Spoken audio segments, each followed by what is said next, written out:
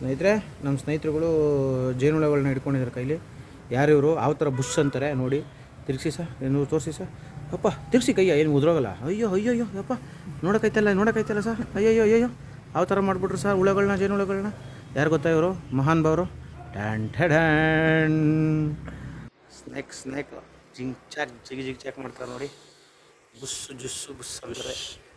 ಕೈ ಫುಲ್ ಉದ್ದ ಮಾಡಿ ಆರಾಮಾಗಿ ಬೆಳ್ಳಗ ಮಾಡಿ ಬಿಡಿ. ಹಂಗೆ ನೋಡಿ, ಇವರು ಕಾಂಗ್ರೆಸ್ನವರು ಅನ್ಕೊಬಿಟ್ಟು ಸೊ ಕೈನ ಅಗಲ ಮಾಡೋದು ಅಷ್ಟೇ, ಕೈ ತೋರಿಸ್ತಾರೆ.